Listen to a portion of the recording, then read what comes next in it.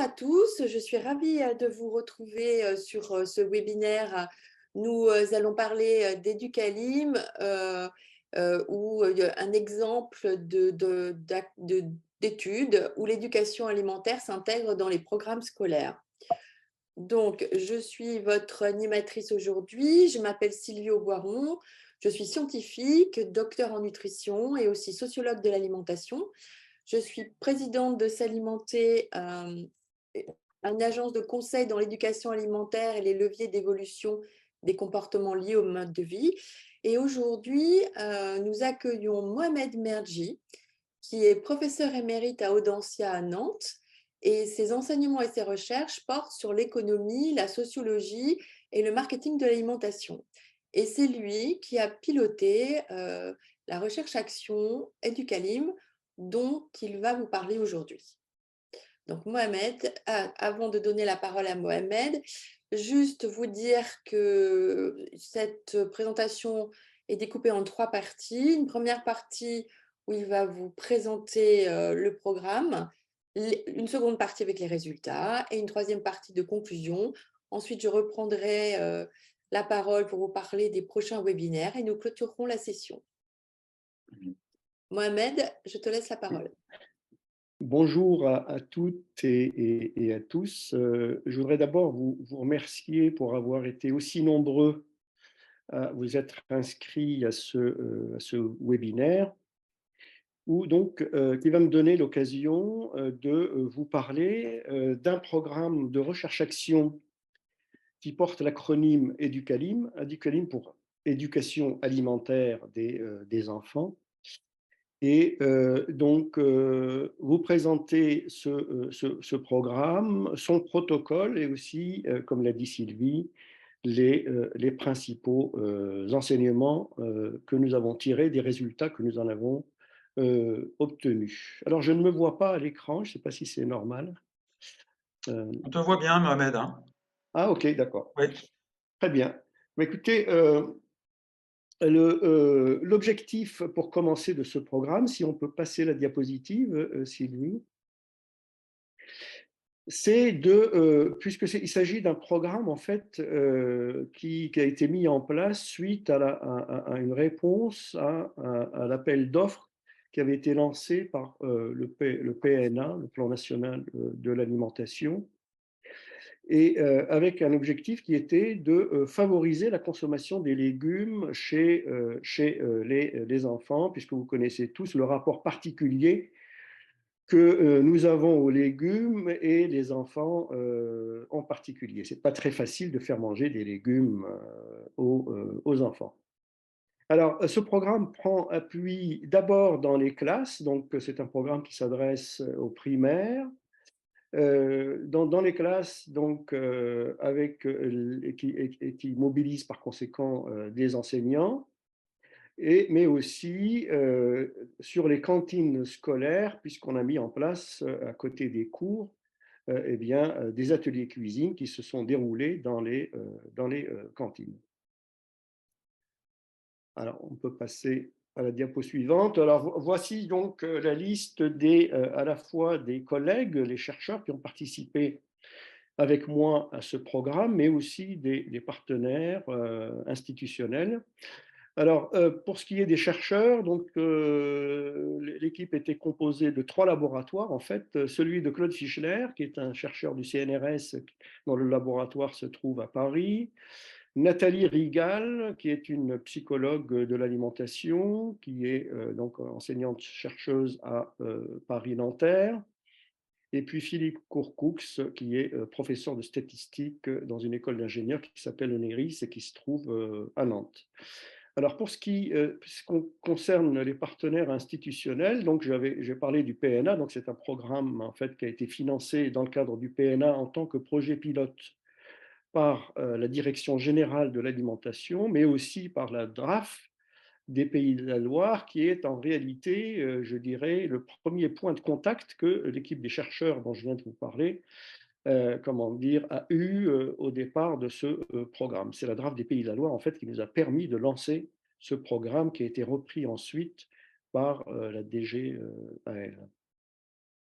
Nous avons également eu comme autre partenaire, pardon, juste un mot sur les partenaires, donc le rectorat de Nantes, puisqu'on parle d'école, mais aussi les villes de Nantes et d'Angers, plus exactement les cantines centrales de Nantes et d'Angers, les cuisines centrales, pardon, de Nantes et d'Angers.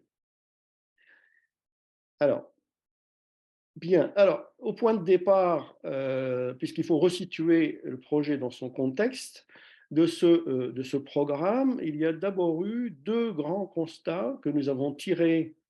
Ça a été la première étape du travail que nous avons fait, d'une analyse exhaustive de toute la littérature scientifique qui a été publiée sur l'impact des programmes qui avaient le même objectif et qui ont été réalisés.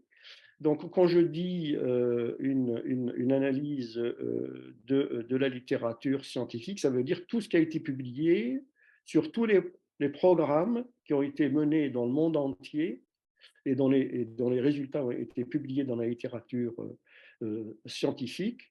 Et voilà donc le point de départ. Ça nous a pris à peu près 7 mois, hein, ce travail d'analyse de la littérature. Et qu'est-ce que nous avons constaté? Pardon, je reste sur la première diapo. Nous avons, on remonte, Sylvie, excuse-moi, toujours à l'origine. Voilà.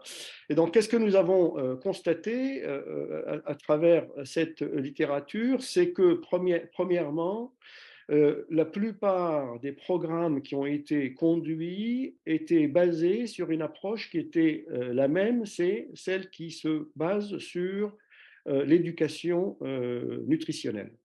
Alors, c'est d'ailleurs l'approche qui paraît a priori la plus pertinente, puisque c'est une approche qui s'appuie sur des données scientifiques, la nutrition, mais aussi sur la mise en avant des bénéfices qu'on peut trouver à faire manger des légumes aux enfants. Il se trouve que malheureusement, les résultats de cette approche, et ça la littérature le montre très clairement, sont non seulement euh, pas très bons, puisque le constat qui est clairement fait, c'est celui d'une inefficacité. Ces programmes ne produisent pas d'impact concret sur les comportements alimentaires des enfants. Autrement dit, on ne constate pas que les enfants qui ont suivi les programmes qui sont basés sur cette approche mangent plus de légumes après avoir suivi ces programmes. Et qui plus est, et ça c'est un petit peu plus gênant, on constate aussi qu'il y a quelques effets, alors ils sont mineurs, hein, mais ces effets existent, qui sont des effets contre-productifs, puisqu'à certains endroits, on constate qu'il y a, suite à ces programmes, un développement de sentiments d'anxiété et de culpabilité chez les enfants, voire même des conduites de restriction et de mise en régime. Donc, nous sommes partis, si vous voulez, de ce constat de non-efficacité de l'approche éducation nutritionnelle. Il ne s'agit pas de délégitimer, qu'on comprenne bien mon discours, hein. La nutrition, c'est une science. Il ne s'agit absolument pas de remettre en cause la nutrition en tant que science. C'est une science qui a, je dirais, une importance tout à fait majeure, y compris dans le domaine dans lequel dans le domaine dont on parle. Mais utiliser la nutrition pour faire de la pédagogie, pour faire manger des légumes à des enfants, on s'est rendu compte que ça ne marchait pas. Voilà le constat de départ que nous avons fait. Donc, à partir de là, la question qui se pose, c'est pourquoi est-ce que cette approche ne marche pas? Alors, je vais y répondre à cette question à travers quelques points. Alors, ça, c'est la diapo suivante. Voilà, bien, ça ne marche pas parce que, pour une raison qui est extrêmement simple, c'est que la nutrition s'adresse à l'esprit, elle s'adresse à la raison, mais aussi à la responsabilité individuelle, si vous voulez, en l'occurrence des enfants, et elle ne tient pas compte de tous les effets qui ne sont pas liés à la raison, aux décisions personnelles que l'on peut prendre, mais qui sont liés à l'influence que l'on peut recevoir des autres, premièrement. Donc, cette approche sous-estime l'effet que nous appelons dans notre jargon l'effet qui est lié à la socialisation, mais elle sous-estime aussi, et ça c'est l'autre point qui est très important, l'impact que peut avoir sur le changement de comportement la pédagogie qui consiste à s'appuyer sur la pratique et la cuisine en particulier. Et il se trouve que il y a un sociologue américain, enfin un psychosociologue américain qui s'appelle Kurt Lewin, qui avait déjà démontré, si vous voulez, ces effets liés à la socialisation et à la pratique. Et ça ne remonte pas d'hier, ça remonte aux années 40, à partir d'une expérience qu'il avait faite à la demande du gouvernement américain sur les abats. Nous sommes dans le contexte de la Deuxième Guerre mondiale. Le gouvernement américain veut, dans ce contexte de rationalisation créé par enfin, de besoins de rationalisation créés par la pénurie, eh bien, encourager les Américains à mieux utiliser l'usage qu'ils font de la viande, c'est-à-dire à consommer, y compris les bas morceaux, ce qu'ils ne faisaient pas jusque-là. Donc, comme les expériences qui avaient été faites, qui consistaient à mettre en place des programmes, si vous voulez, qui jouaient sur le nationalisme, l'oncle Sam vous demande de manger des abats, ça n'a pas marché. On a fait appel eh bien, à une équipe de chercheurs, celle de Kurt Lewin, qui a mis en place une expérience dont nous nous sommes inspirés pour Educalim, qui a consisté, plutôt que de jouer sur l'argument nationaliste, à tester l'impact que pouvaient avoir deux stratégies. Une première stratégie qui était d'utiliser justement l'approche nutritionnelle, et une deuxième stratégie qui a consisté à utiliser l'approche de la socialisation par la pratique. Alors, comment ça s'est passé concrètement? Alors, je ne vais pas entrer dans le détail, puisque vous trouverez évidemment, en allant sur Internet et en tapant Kurt Lewin, eh bien, un compte-rendu beaucoup plus précis de cette expérience.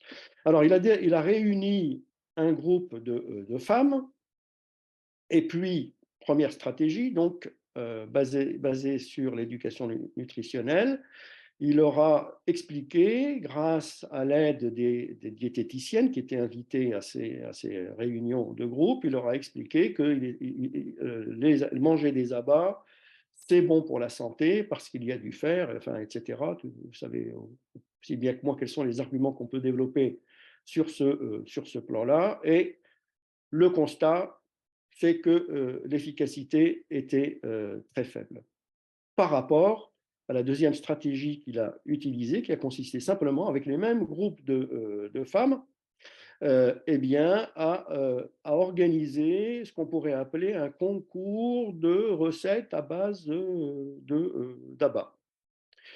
Le résultat, pour le coup, eh bien, est tout à fait euh, évident, comme vous pouvez le constater, et à la faveur de l'approche de la socialisation par la pratique, puisqu'on constate qu'il y a un tiers donc des femmes qui participaient au groupe dans lesquels on a utilisé l'approche par la socialisation et par la pratique, qui ont adopté les recettes qui ont été travaillées dans ces groupes, versus 3% pour l'approche nutritionnelle. Alors voilà, je m'attarde un petit peu là-dessus pour vous dire simplement pourquoi eh bien, nous avons voulu tester cette hypothèse aujourd'hui, c'est-à-dire plus de 70 ans après, dans notre programme. Alors, on va passer à la diapo suivante. Voilà, donc l'idée que nous avons eue, c'était de jouer sur différents tableaux. Un premier tableau qui a consisté à jouer sur la dimension cognitive, hein, connaître les fruits, enfin, les légumes et les fruits également, puisque les fruits étaient également concernés par la démarche. Donc, on a réussi à recruter, je vais y venir après, sur les modalités de mise en œuvre du programme, eh bien, des enfants dans les écoles primaires de Nantes et d'Angers, pour lesquels on a conçu des programmes de cours sur les aliments et l'alimentation, lesquels cours étaient dispensés par les enseignants. Ça, c'est le premier levier, donc faire connaître aux enfants les fruits, enfin, les légumes et les fruits, mais et l'alimentation en général. Et puis le deuxième levier, c'est le levier de la socialisation. Donc nous avons organisé des ateliers cuisine, des ateliers d'éveil sensoriel, des ateliers de jardinage, des visites de marché, de sites de production de légumes et de fruits accessoirement. Voilà le principe. Alors on va passer à la diapo suivante. Alors le protocole, alors, je ne vais pas le développer dans le détail, puisque vous pouvez y accéder à ce protocole en allant sur le site de la DRAF des Pays de la Loire. Donc nous avons recruté, grâce à l'accord du recteur de l'Académie de Nantes et d'Angers, une cohorte de 580 enfants dans une vingtaine d'écoles, 10 écoles à Nantes, enfin dans 20 écoles exactement, 10 écoles à Nantes et 10 écoles à Angers. Des enfants qui étaient au départ en CE2 et que nous avons suivis sur 3 ans. Sachant que cette cohorte a été divisée en deux, une moitié pour constituer ce que nous avons appelé le groupe pilote, c'est-à-dire le groupe qui recevait le programme, et puis l'autre moitié que nous avons appelé les groupes témoins, lequel nous a permis, en fait, si vous voulez, pour évaluer l'impact du programme, de points de comparaison. Alors, pour ce qui concerne le contenu maintenant, eh bien, nous avons donc, comme je l'ai dit, créé un certain nombre de modules de cours sur les aliments et l'alimentation, avec évidemment un focus principal sur les légumes, avec l'aide des inspecteurs de l'Académie de Nantes. Ce sont eux qui ont validé ces cours pour une raison simple, c'est que comme ces cours ont été introduits directement dans le programme de ces classes sur 3 ans, il a fallu modifier l'organisation des contenus et des plannings de ces classes pour introduire le légume et le fruit en tant qu'objet d'étude dans les programmes scolaires des enfants, et cela pour toutes les disciplines. Ça va du français jusqu'à la SVT et les mathématiques, en passant par l'éducation physique et sportive. Donc vous voyez on est dans un contenu transdisciplinaire, et c'est ça qui est un point intéressant. Et cette transdisciplinarité a joué ici à plein, puisque l'avantage que nous avions par rapport à ça, c'est que dans les écoles primaires, c'est le même enseignant, si vous voulez, qui va faire le cours de mathématiques, de SVT, de français, etc., etc. Le seul cours que les instituteurs ne font pas, c'est le cours d'éducation physique et sportive. Donc 25 heures de cours dans toutes ces matières, dans lesquelles on a comme focus central les légumes, les fruits, mais aussi l'alimentation d'une manière générale. À quoi il faut ajouter à ces 25 heures de cours tous les cours qui ont été, enfin, tous les projets qui ont été organisés autour de ces cours. Alors là, il faut multiplier par 3 pratiquement le nombre d'heures, donc qui ont été organisés en tant que projet par les enseignants.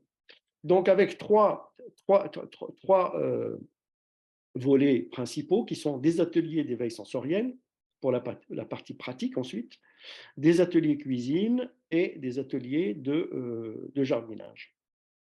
Voilà pour ce qui concerne les différents volets du programme. Nous avons dans la diapositive suivante une illustration de ce à quoi pouvait ressembler une fiche de cours telle qu'elle a été préparée donc par nous, avec l'appui évidemment des inspecteurs d'académie de Nantes et d'Angers, puisque vous voyez, vous avez à gauche pour chaque le nom, vous avez d'abord le nom de la discipline, ou des disciplines en l'occurrence, puisqu'il y en a 2 qui sont concernées, SVT et français. Et puis ensuite, à gauche, vous avez les compétences qui sont visées, puisqu'il faut coller au programme. Ça, c'est absolument impératif. Donc, les compétences qui étaient définies dans le cadre du bulletin officiel de l'époque. Et puis ensuite, une description, si vous voulez, des compétences clés qu'il fallait acquérir, qui étaient définies par le BO. Et c'est sur ces compétences clés que nous avons greffé le sujet légumes et fruits. Avec, comme vous pouvez le constater à la fin de cette fiche, alors ici, pour cette séquence-là, qui s'appelle séquence numéro 1, eh bien, 5 séances qui étaient organisées. Pour chacune de ces 5 séances, nous avions toute la batterie à la fois des matériels dont les enseignants avaient besoin, mais aussi des fiches détaillées dont ils pouvaient se servir pour démarrer sans avoir pratiquement de préparation à faire leur cours directement. La seule chose qu'ils avaient à faire et que nous avons organisée en amont, c'était une petite réunion pour qu'ils puissent prendre en charge, si vous voulez, la manette pédagogique qu'on leur a donnée. C'est parce que nous avons mâché le travail aux enseignants que les choses ont pu marcher, parce que je pense que vous devez vous douter que mettre le pied dans une école en changeant le programme, ce n'était pas un pari qui était gagné d'avance. Voilà donc à quoi ressemblaient, si vous voulez, les fiches pédagogiques que nous avons construites pour les besoins de ce programme. On va passer à la diapo suivante. Voilà quelques illustrations. Je ne vais pas m'attarder, parce qu'encore une fois, si vous avez envie d'entrer dans le détail, vous allez sur le site du CNFPT, vous pouvez télécharger tout le dossier pédagogique. Voilà, donc on avait un module qui s'appelait langage et alimentation avec un objectif qui est défini, toujours au regard de ce que sont les contraintes pédagogiques pour le niveau concerné. Et voilà, donc ici en l'occurrence, l'objectif qui était visé, c'est enrichir le vocabulaire relatif aux fruits et aux légumes, savoir décrire les caractéristiques sensorielles notamment des fruits et des légumes, mettre des mots dessus. Voilà. Voilà donc un exemple, un de modules, langage et alimentation. Un autre exemple, voilà comment était organisé l'atelier d'éveil sensoriel. Eh bien, vous savez tous ce que c'est qu'un atelier d'éveil sensoriel. Pour organiser cet atelier qui avait lieu en classe pour commencer et qui était relayé ensuite par l'atelier cuisine, eh bien, on a distribué des paniers de fruits et de légumes dans chacune des classes concernées par le programme. Et on a aussi demandé aux enfants, enfin l'instituteur a demandé aussi aux enfants qui le voulaient, qui le pouvaient, d'amener des fruits et des légumes qu'ils aimaient, qu'ils avaient l'habitude de manger à la maison.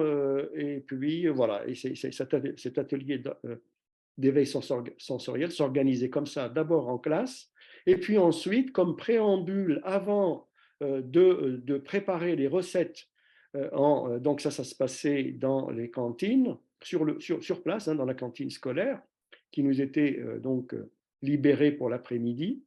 Ça se passait les mercredis après-midi. Eh bien, avant de démarrer la réalisation de la recette qui était au programme de l'atelier de ce jour-là, eh bien, on reproduisait l'atelier d'éveil sensoriel sur les légumes qui seront travaillés dans le cadre de l'atelier sous le mode éveil sensoriel. Donc, on apprenait aux enfants à décrire, à sentir, à toucher et à goûter avant de les cuisiner les légumes qui allaient servir de base à la recette qu'ils allaient préparer. Alors, on va passer à la diapo suivante. Ça, c'est une diapo qui illustre aussi un autre contenu pédagogique simplement pour vous montrer que toutes les disciplines étaient concernées. Ça c'est la discipline art plastique. Voilà, vous voyez, les fruits et les légumes dans l'art. Voilà. Donc, non seulement les enfants avaient droit à des cours, à des exposés, à des projets autour de la peinture qui mettait en évidence les fruits et les légumes, mais on leur a demandé aussi de reproduire des tableaux d'Archimboldo, comme c'est le cas ici, de faire des dossiers en faisant des dessins, des natures mortes, etc., etc. Donc toutes les disciplines étaient concernées, y compris celle-là, comme vous pouvez le voir avec cet exemple. Alors, on va passer à la diapo suivante. Idem pour pour le module éducation physique et sportive, je vais pas entrer dans le détail, mais on avait les trois disciplines qui étaient concernées ici. Alors, tout en faisant du sport, de l'éducation physique, puisqu'on a équipé tous les élèves des classes concernées par le programme avec des podomètres. Donc, tout en mesurant en fait tous les pas qu'ils faisaient, puisqu'on leur avait donné comme consigne d'essayer dans la mesure du possible pour ceux qui le pouvaient, de venir à chaque fois que les circonstances le permettaient à l'école à pied, pour pouvoir mesurer le nombre de pas qui séparaient l'école de leur domicile. Donc, ils pouvaient, grâce à ces podomètres, faire ce travail de mesure. Et puis, eh bien, ces mesures qui étaient prises étaient reprises par les enseignants en cours de mathématiques. Donc, vous voyez, donc, les disciplines qu'on retrouve ici, c'est les mathématiques, et puis aussi la SVT avec le module alimentation et physiologie, et puis instruction civique également. Voilà, toutes les disciplines, encore une fois, sont représentées, étaient concernées, y compris l'éducation physique et sportive. On va passer à la diapo suivante.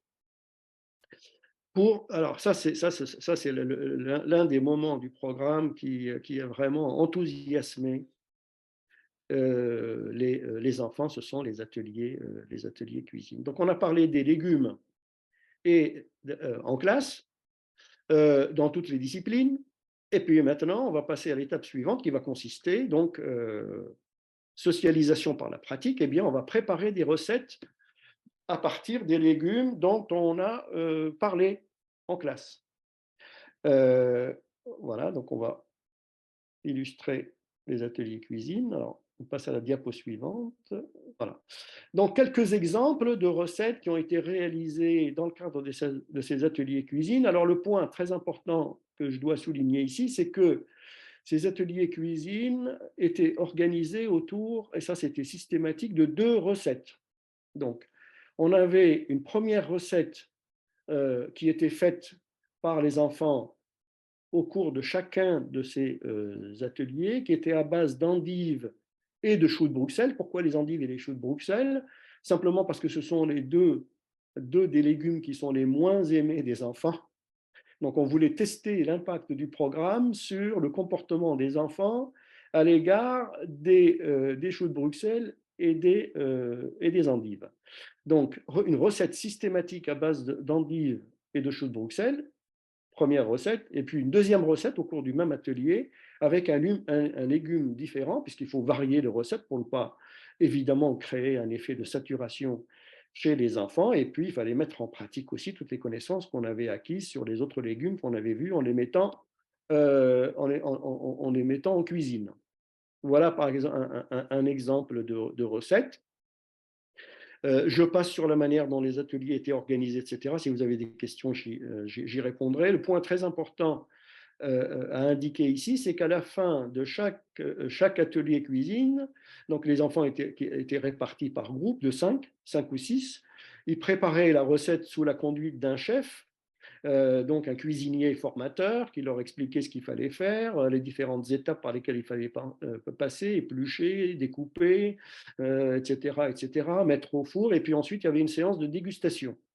Une séance de dégustation. Nous avons arrangé pour que cette séance de dégustation ait lieu tout à la fin de l'atelier, vers 16h30, de manière à ce que les parents qui venaient chercher les enfants puissent éventuellement, pour ceux que ça intéressait, rentrer à l'intérieur de l'école et puis goûter les recettes que leurs enfants avaient réalisées eux-mêmes. Et puis, les enfants comme les parents eh bien, repartaient avec un livret dans lequel on avait une description complète de la recette, des 2 recettes en réalité qui avaient été réalisées lors de cet atelier, de manière à ce qu'ils puissent les refaire s'ils le voulaient à la maison. Alors, il faut que je regarde ma montre parce que je ne sais pas du tout si, Sylvie, il faut que j'accélère là, dans les temps ou pas. Voilà, donc on passe à la diapo suivante. Voilà un exemple de livret recette avec lesquels les enfants pouvaient repartir à la maison pour refaire la recette à la maison. On passe à la diapo suivante. Ça, c'est un point intéressant. Je n'ai pas le temps de m'étendre là-dessus, mais nous nous sommes rendus compte qu'il était très, très intéressant aussi de se poser la question de savoir quels étaient les légumes euh, que qui pouvaient être cuisinés, non pas comme accompagnement, puisque c'est ce qui s'est passé avec le chou de Bruxelles, par exemple, mais pour être, comment dire, pour le dessert. Parce que l'association entre légumes et dessert, c'est-à-dire le plat plaisir, n'est pas automatique, comme vous le savez. Donc, c'est cette représentation-là que nous avons essayé de casser en demandant aux chefs cuisiniers d'imaginer des recettes à base de légumes qui pouvaient être consommées en dessert. Et ça a beaucoup frappé les enfants, ça les a beaucoup séduits, ça a très bien marché. Exemple, le muffin de betterave dont vous avez la fiche recette ici. Voilà, donc je pense qu'on peut passer à la diapo suivante. Et puis ensuite, alors, les enfants ont entendu parler du chou de Bruxelles, des endives et de tous les autres légumes, hein, en particulier ceux qu'on a l'habitude de consommer ici chez nous. Et au-delà, dans les cours qu'ils ont reçus en classe, ils les ont travaillés pour une bonne partie, ces légumes en atelier. Eh bien, on a imaginé aussi les leur faire planter pour quelques-uns d'entre eux.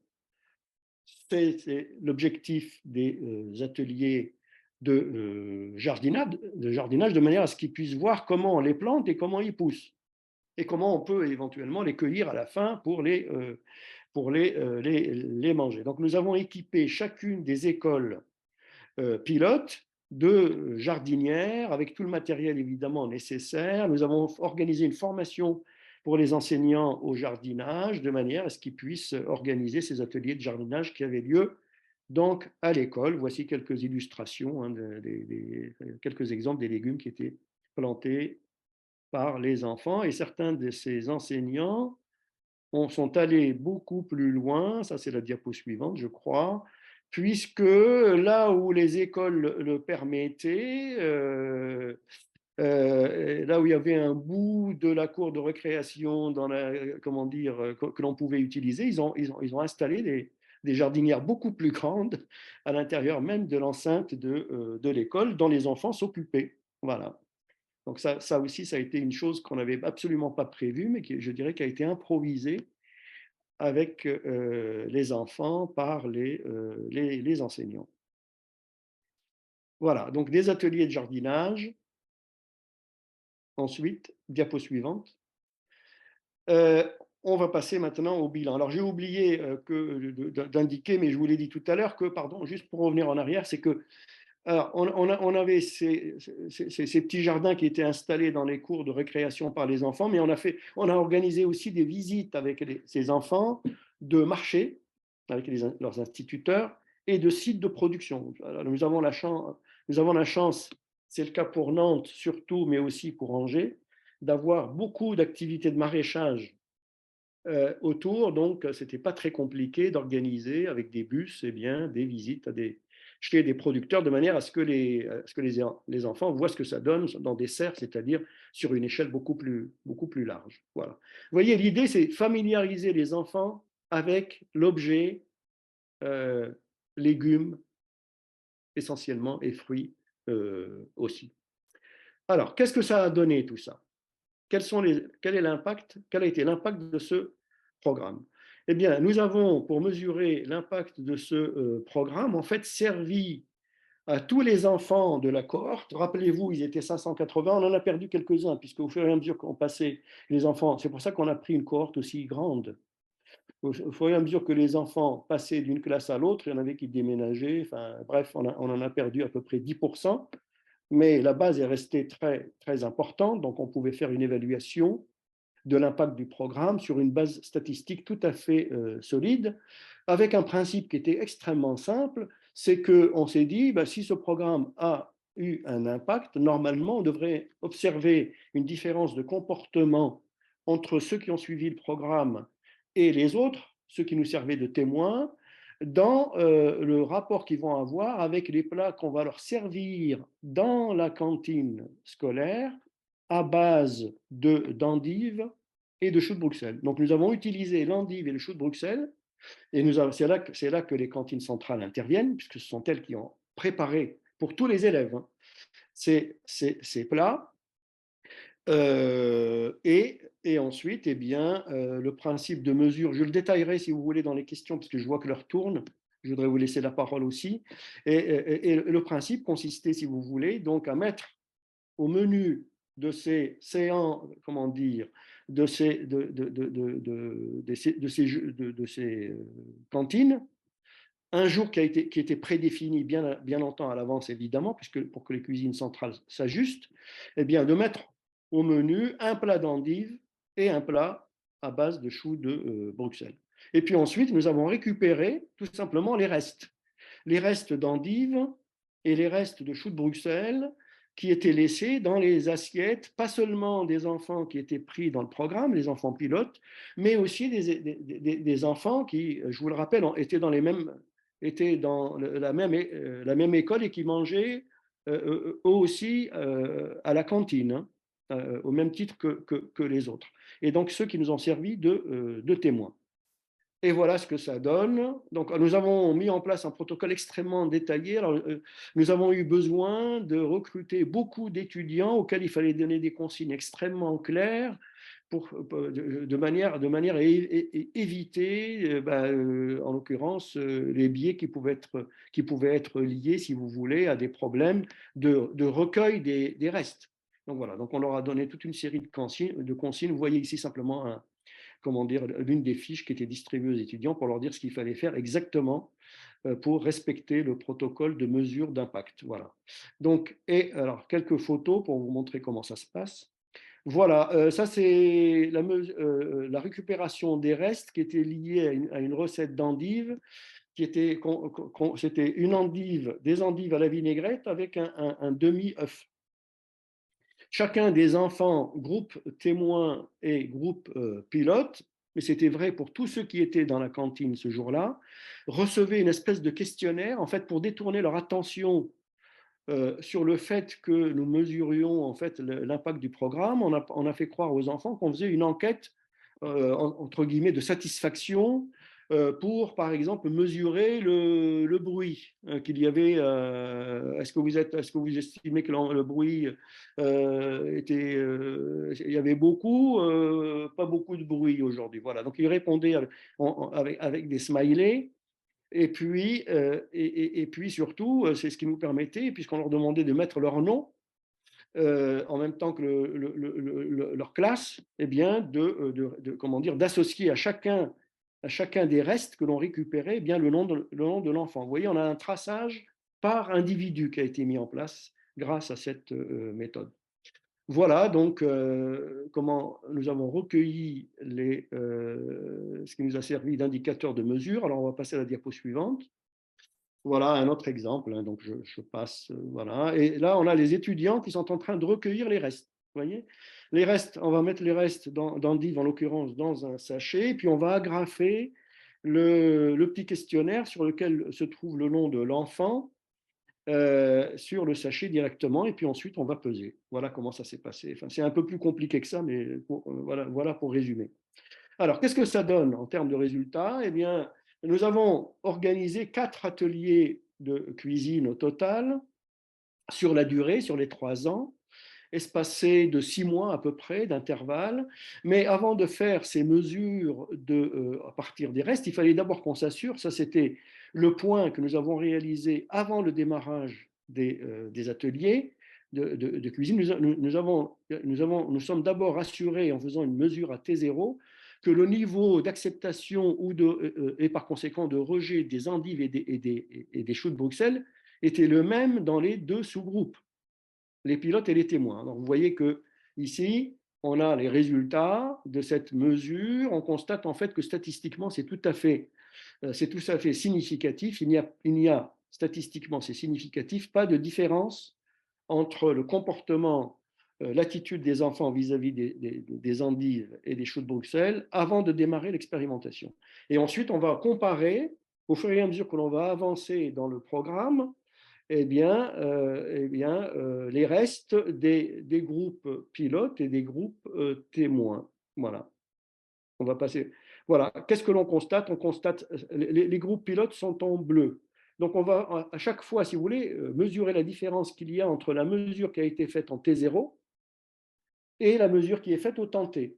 Donc, en faisant la soustraction, on voit, par exemple, ici, pour ce qui concerne les endives, qu'au fur et à mesure que nous avons avancé dans les expériences, dans le programme, ben, le nombre d'endives, enfin la quantité d'endives qui étaient consommées augmente. Non consommées augmente, pardon, puisqu'on on mesure les restes ici. Autrement dit, les enfants qui n'étaient pas pris dans l'expérimentation mangent de moins en moins d'endives au fur et à mesure qu'on avance, alors que ceux qui sont pris dans l'expérimentation voient les quantités d'endives récupérées dans leurs assiettes diminuer très, très fortement, comme vous pouvez le constater, dans un rapport extrêmement important. Même chose avec le chou de Bruxelles, même si l'effet est moindre, hein, puisque les témoins sont en rouge. Mais vous voyez, hein, les quantités augmentent fortement chez le groupe pilote pour diminuer légèrement, mais toujours dans le sens d'une augmentation, à la fin du dernier test, alors qu'elle diminue, elle diminue très fortement lors du dernier test chez les témoins. Donc le résultat, c'est que ce programme a eu un impact significatif. Alors pour une mesure beaucoup plus enfin pour une lecture beaucoup plus précise des résultats du protocole, etc., je vous invite, pour ceux que ça intéresse, à aller encore une fois consulter les documents détaillés, hein. Voilà, là je vous donne simplement quelques indications pour vous montrer que, alors quel est le temps passé? Excusez-moi, je ne lisais pas les messages. Alors, donc il se passait 6 mois entre chacun des, à peu près, hein, en moyenne, 6 mois entre chacune de ces mesures. Voilà, donc on va passer maintenant à l'évaluation qui a été faite beaucoup plus largement, donc quel a été plus largement le bilan de ce programme. Eh bien, on constate d'abord, ça c'est le retour que nous avons eu à la fois du côté des enseignants, mais aussi du côté des parents, dont je vais parler aussi un petit peu. Donc, introduire l'alimentation comme sujet, ça c'est quelque chose qui a absolument passionné les enseignants. Si vous allez sur le site du CNF, enfin de la DRAF, pardon, vous pouvez récupérer en même temps que le dossier complet qui décrit le protocole du programme, visionner la vidéo qui a été faite, en fait, dans laquelle vous verrez les enfants, les formateurs, cuisiniers, mais aussi des enseignants témoigner.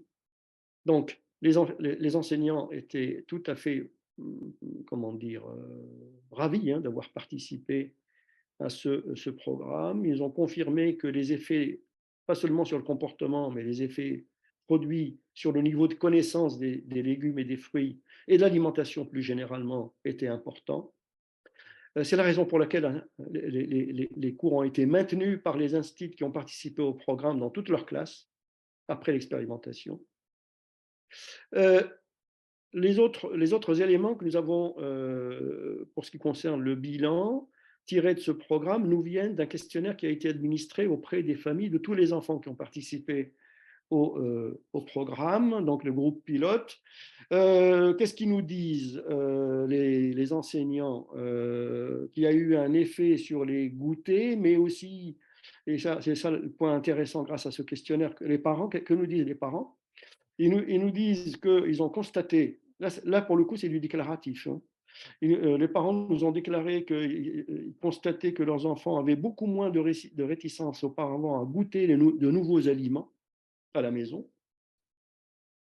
Et puis, point clé que j'ai souligné, plus de 40% des enfants des groupes, des parents, pardon, des enfants des groupes témoins ont déclaré refaire souvent et à la demande de leurs enfants les recettes, donc, qui ont été réalisées à la maison. Donc, il y a eu un effet de transfert, si vous voulez, là pour le coup, dont le vecteur était les enfants eux-mêmes, et ça c'est beaucoup plus efficace et plus intéressant, donc du programme, de la classe et de la cantine vers la maison. Ça c'est un point qui m'a paru très important à souligner. Voilà ce que je pouvais dire par rapport à Educalim. Alors je voulais juste, maintenant je vais peut-être aller très vite, parler du rôle de la cantine à la demande de Sylvie, parce que vous voyez que la cantine peut être un lieu privilégié pour l'éducation alimentaire des enfants. Mais si on revient à l'histoire de cette institution dont on ne mesure pas assez le rôle qu'elle peut avoir, hein, chez nous, parce que chez nous, il est naturel que nos enfants à midi puissent trouver au sein même de la structure scolaire un lieu où ils puissent manger. Ben, ce n'est pas vrai partout, et ça n'a pas toujours été le cas. Donc, autrement dit, nous disposons d'une institution qui joue un rôle extrêmement important, mais dont on parle très peu, qui est peu valorisée, et qui s'appelle la cantine scolaire. Je vous rappelle qu'historiquement, ces cantines se sont généralisées à partir, après le Front populaire, hein, donc après les années, à la fin des années 30. Pourquoi? Parce qu'il y avait un objectif aussi, il faut bien le dire, politique, qui était d'attirer les enfants des classes populaires, de la paysannerie à l'époque à l'école. C'était l'objectif politique caché de Jules Ferry, enfin des lois Ferry si vous voulez, pour faire concurrence à l'école privée. Et voilà, donc si on veut faire venir les fils de paysans, les fils et les filles de paysans à l'école, il fallait évidemment leur donner la possibilité de se restaurer. Voilà comment les cantines sont nées. D'abord pour donner la possibilité aux enfants les plus défavorisés de pouvoir se restaurer à l'école le midi. Et donc cet objectif, qui est un objectif social, il n'a pas disparu aujourd'hui, contrairement à ce qu'on peut imaginer, puisqu'on constate, ça ce sont évidemment les données de l'éducation nationale qui nous permettent de le dire. On constate que c'est la cantine, c'est toujours aujourd'hui encore malheureusement le repas qui est servi à la cantine pour beaucoup d'enfants issus des milieux défavorisés, le seul repas équilibré de la journée. Donc il faut soutenir et défendre cette institution parce qu'elle continue de jouer un rôle social tout à fait majeur, mais elle a aussi un rôle qui va bien au-delà. Et c'est là-dessus que je vais conclure. Alors on peut passer aux diapos suivantes. On constate, si vous voulez, là pour le coup, ce sont les scientifiques qui parlent, ceux qui s'intéressent justement au lien qu'il peut y avoir entre manger à la cantine et la santé. Eh bien, on constate, puisqu'on a des données de plus en plus abondantes qui vont dans le même sens, à savoir qu'il existe une corrélation positive forte entre le fait de manger à la cantine et la santé telle qu'elle est mesurée par donc les indicateurs, si vous voulez, qui permettent d'évaluer la santé des enfants, et parmi eux, évidemment, le surpoids et l'obésité. On constate que la cantine joue un rôle préventif très important dans la lutte contre le surpoids et l'obésité chez les enfants. Ça, je vous donne ça comme référence. Ça, c'est l'une des conclusions qui est tirée d'une étude qui a été publiée par une équipe de chercheurs de l'INRA et qui a été publiée en 2013. Vous voyez la conclusion, une étude réalisée sur plus de 4000 enfants et adolescents. La conclusion, c'est la fréquence des repas pris à la cantine est l'un des principaux facteurs de protection contre le surpoids et l'obésité chez les enfants français. Pourquoi? Eh bien, tout simplement parce que, sur la diapo suivante, parce que la cantine en France, ça ne marche pas comme ça ailleurs, hein. C'est le lieu où on sert tous les jours aux enfants un repas qui est varié, puisqu'il a été mis au point avec l'aide des nutritionnistes. Donc un repas varié, nutritionnellement équilibré, mais aussi, ça ce sont les facteurs obesigènes, hein, sans écran et sans boisson sucrée, puisqu'on ne sert que de l'eau à la cantine. Ça, c'est le premier élément qui explique, si vous voulez, les résultats de l'étude qu'on vient de voir. Le deuxième élément, c'est que la cantine, c'est aussi le lieu où les enfants apprennent les règles du bien manger.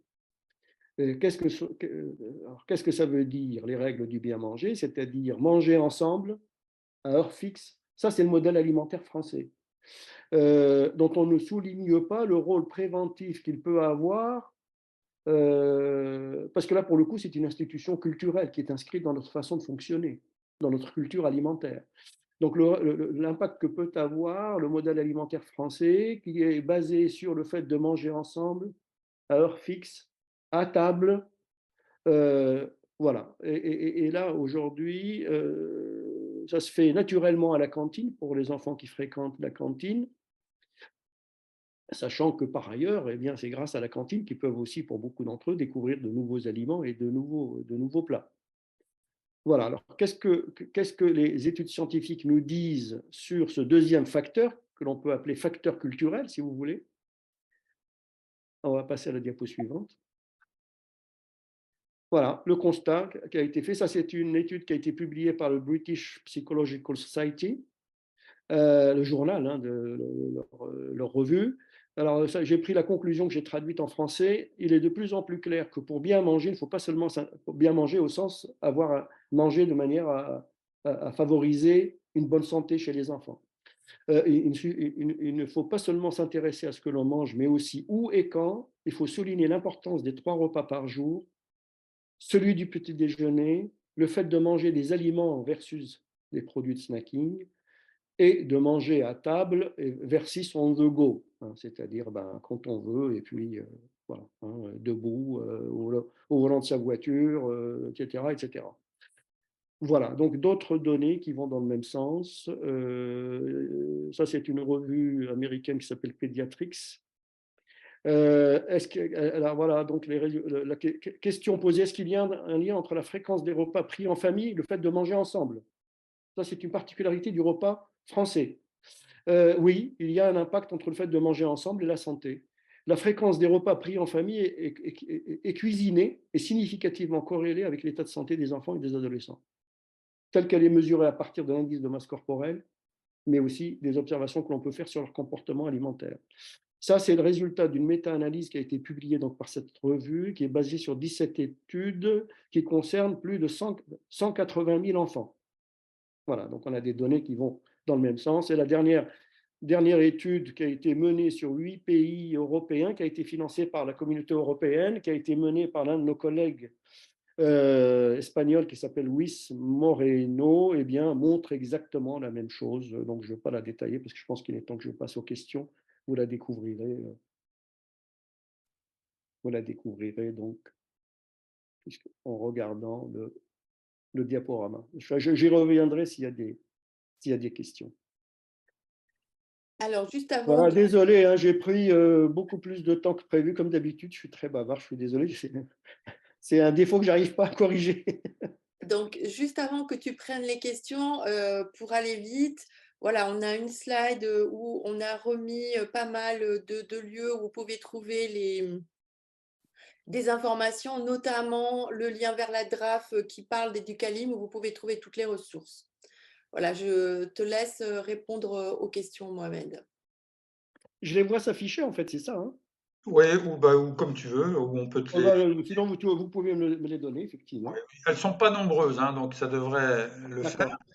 Le propos était très clair. Ah, Visiblement, tout le merci. monde a compris. Euh, Christofari, alors je n'ai pas son prénom, Christofari, qui demande comment étaient inclus les temps d'atelier du mercredi après-midi dans le temps scolaire des enfants. Il signale que beaucoup d'écoles n'ont pas de mercredi. Oui. Comment étaient intégrés les ateliers? Ah là, pour le coup, nous avons obtenu l'accord des familles, des parents des enfants qui étaient pris dans l'expérimentation pour qu'ils puissent évidemment se plier aux exigences du protocole. Et nous avions bien entendu l'autorisation du rectorat et des directeurs d'école pour pouvoir organiser les ateliers, même quand l'école était fermée. D'accord. Parce que c'est nous qui prenions à ce jour-là possession de la cantine qui est normalement fermée. Pour aller plus loin dans le détail, une question sur les grammages servis aux enfants. Est-ce Oui, que c'était standardisé, le grammage oui. uniformisé, ou est-ce que les enfants Oui, servaient oui, eux-mêmes? oui, oui. J'avais une diapo que je n'ai pas commentée dans le détail, dans laquelle on montrait les grammages pour les endives, par exemple, la recette avec les endives. Oui, oui, c'était standardisé.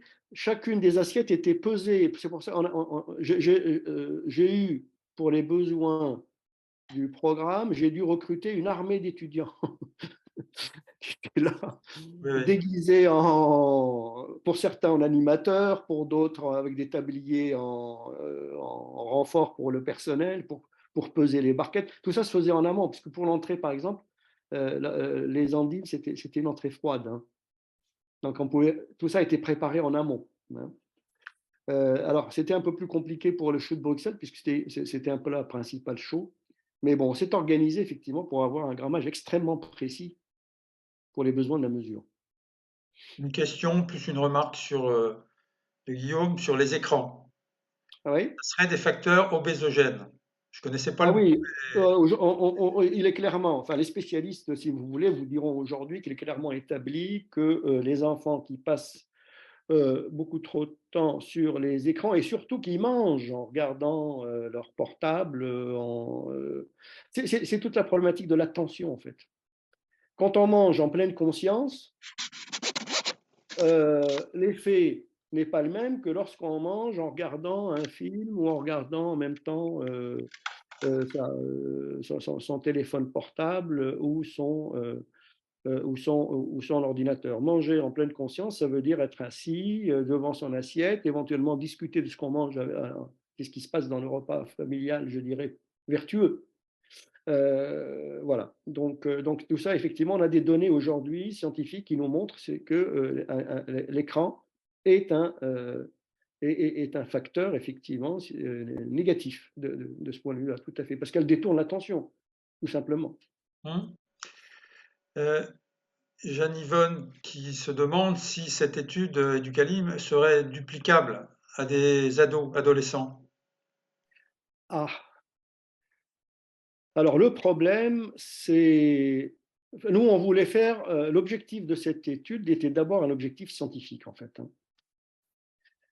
Il s'agissait de démontrer que, l'approche par, la socialisation et par la pratique obtenait pouvait obtenir des résultats sur le plan du changement des comportements beaucoup plus efficaces que ne, ne pouvaient l'être en termes d'impact les programmes qui étaient basés, comme je l'ai dit, sur l'approche nutritionnelle.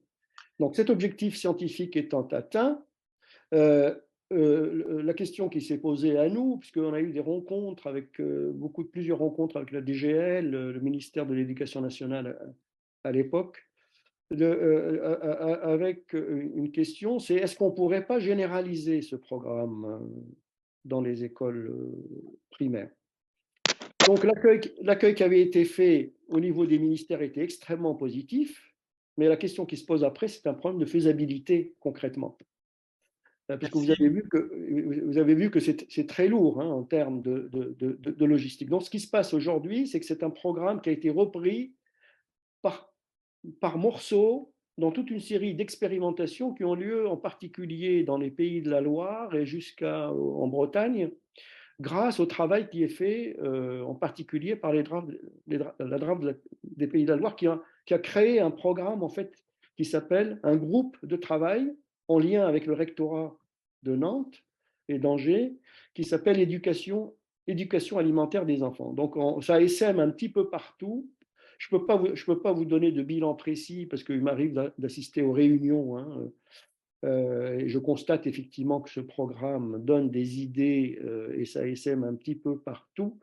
Mais alors, est-ce qu'on peut le dupliquer tel quel chez les adolescents? Il faudrait y réfléchir. Je ne voudrais pas donner une réponse comme ça, brute, sans prendre le temps de regarder quels pourraient être aussi je dirais, les freins s'il y en a. Eh bien, moi, je remercie Mohamed vraiment pour nous avoir parlé de cette étude qui est pas assez connue et qui a quand même montré l'efficacité d'une éducation alimentaire quand on prend la peine d'expliquer aux enfants ce que sont les fruits et légumes et comment on peut s'en servir.